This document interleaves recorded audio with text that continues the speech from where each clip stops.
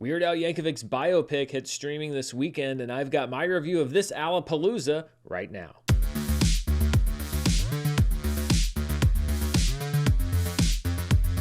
Hello everybody and welcome to my review of Weird, the Al Yankovic Story, the sort of biopic of Weird Al Yankovic. And let me just say right up front that from as far back as I can remember, I love Weird Al. I listened to all of his albums growing up. My mom knew the parody songs more than she knew the actual songs that had been playing on the radio. Trying to catch the video for Amish Paradise was literally the reason that I started watching MTV. Now, if you don't know who Weird Al Yankovic is, first of all, I feel sorry for you, but secondly, he grew to fame and popularity in the 80s and 90s by making really high-quality parody versions of hit songs. And then once those became very popular, he sort of built on his own popularity to build a Weird Al brand. He's one of the most likable, lovable people in show business, and that's what makes this movie in particular very funny. I'd heard about this movie being in the process for quite some time, and they actually sent out a couple months ago an email from the publicity company that was handling the press tour saying, hey, if you would like to submit for doing interviews with Weird Al and the cast of the movie, let us know. And I immediately replied and was like, I would love to interview Weird Al in a virtual interview. I would package it with a video talking about how much I love Weird Al and growing up with his music and everything. And they got back to me like right away, like suspiciously fast. And they were like, no. Denied! Sit down! But that's okay, because the important thing here is the movie and what I actually thought of it. And I will say that if you are in the market for a parody music biopic about a parody musician who got famous in the 80s, then this is a very specific thing for you. Weird is appropriately not really a Weird Al biopic, but a parody of one. It's directed by Eric Appel, who cut his teeth directing a lot of comedy videos for the internet, a lot of stuff for Funny or Die, and actually is based on a Funny or Die parody trailer from 2010.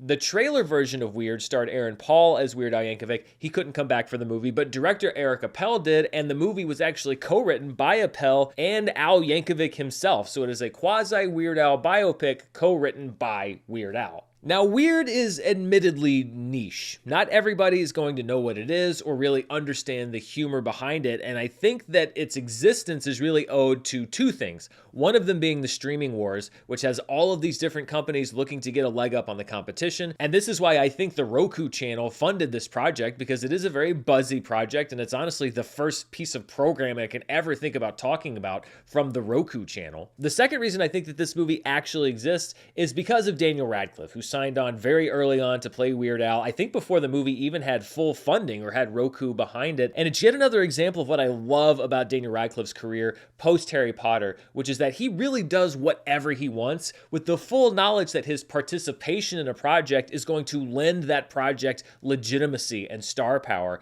And it really does seem like he is using that power to put his influence behind really interesting movies. They're not always really great movies, but they are interesting movies. Honestly, I think this movie could have gone very poorly. And we've seen it before where you have a clever idea, especially in the era of digital video, and you make a movie based off of that idea, and it feels like it should have been left as like a 3-minute short because it looks cheap. Most of it is set in like 3 different rooms. It's very improv and riff heavy. That's not this movie at all, and I was very relieved to find out that that wasn't the case. Happily, Weird is a lovingly stupid riff on the countless musical biopics that often prioritize sensationalism over reality. There are germs of Al's real life here. He was a young accordion enthusiast. He was discovered by Dr. Demento. He did record his first song in a bathroom. But as Al's fame grows, the movie begins to play faster and looser with the facts. And in this version of Weird Al's life, he became the biggest musician in the world. Michael Jackson parodied him,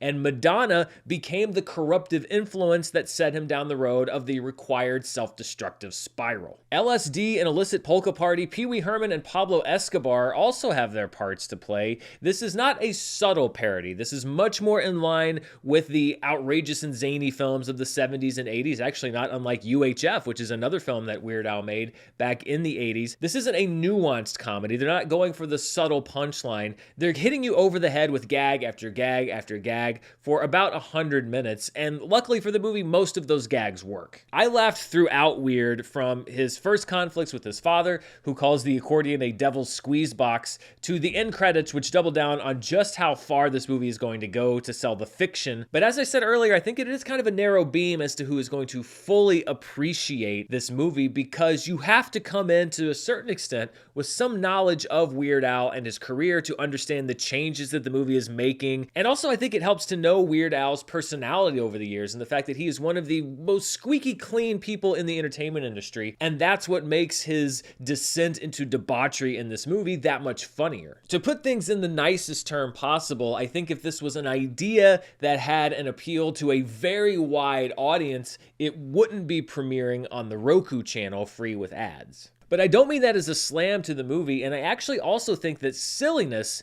in general is universal, and this is a very silly movie. I don't think you have to know the story behind My Bologna in real life to laugh at the overwrought scene where Weird Al is first inspired to write the pop parody, and a lot of that has to do with Daniel Radcliffe, who gives this the same 100% effort that he gives every role. He didn't just sign up to make a splash and put on a wig and get some cheap publicity. Daniel Radcliffe is doing the best fake version of Weird Al that a fake biopic of Weird Al could ask for. The rest of this cast is also there to do more than just have a good time. Rainn Wilson brings a mystic yet slightly desperate quality to Dr. Demento, Al's mentor and manager. Evan Rachel Wood absolutely nails the uber-confident and seductive persona that Madonna cultivated for herself in the 80s and 90s. And familiar faces pop up throughout, a lot of them in my favorite sequence from the film, which is a party at Dr. Demento's house that features so many underground and mainstream 80s comedy faces, some of them played by people you know, some of them just portraying people you know, especially if you are a child of the 80s. It also features one of the hallmarks of any music biopic, which is the impromptu fake songwriting challenge,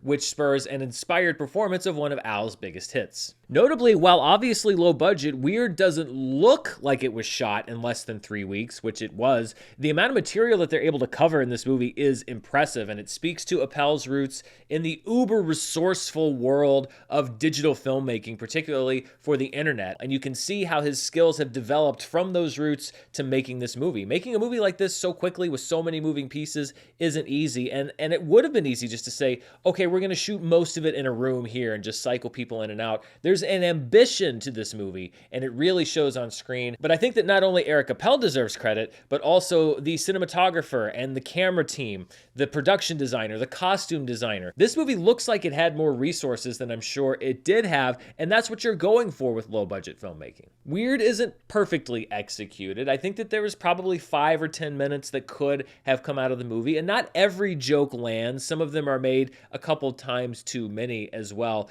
but it is delightfully silly. And I like silly movies because there's no ego or pretension to a movie like this. It takes a lot of guts to be as dumb as this movie is, but it is fearlessly dumb and I think very well executed. In other words, Weird is a movie that dares to be stupid and succeeds. So those are my thoughts on Weird, the Al Yankovic Story. Will you be tuning in on the Roku channel? Will you be like me, researching on what the Roku channel is so that you can find this movie? Let me know down in the comments below. As I mentioned, it starts streaming this weekend, free, but I believe with ads. It looks like the version that I saw had breaks in it for ads, so prepare for that. It'll be like watching an old television movie. And before you go, if you're able to look into the Roku channel, then you're probably at least somewhat familiar with streaming, so you may have heard of The Lord of the Rings, The Rings of Power. Season 1 just wrapped up. I'm still working on my review, which is turning into a bit of an epic, but if you want to jump into that show and learn more about it right now, then the sponsor for this video may be something that you're interested in.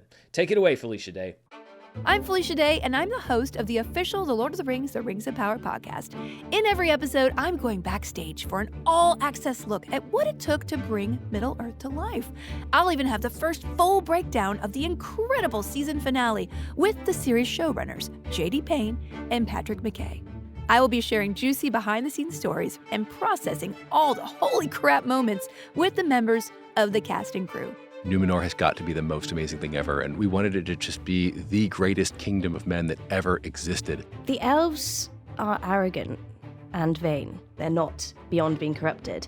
Can I just say, watching Owen Arthur eat in his full regalia is the most hilarious thing. So if you want to deep dive into every episode, watch The Rings of Power on Prime Video and listen to all 8 episodes of the official The Lord of the Rings, The Rings of Power podcast for free on Amazon Music. Download the Amazon Music app now. Thanks to the Rings of Power official podcast for sponsoring this video, and thank you for watching. I'll be back very soon with more news, reviews, box office, and more. Until then, stay safe, and I'll see you next time. Bye.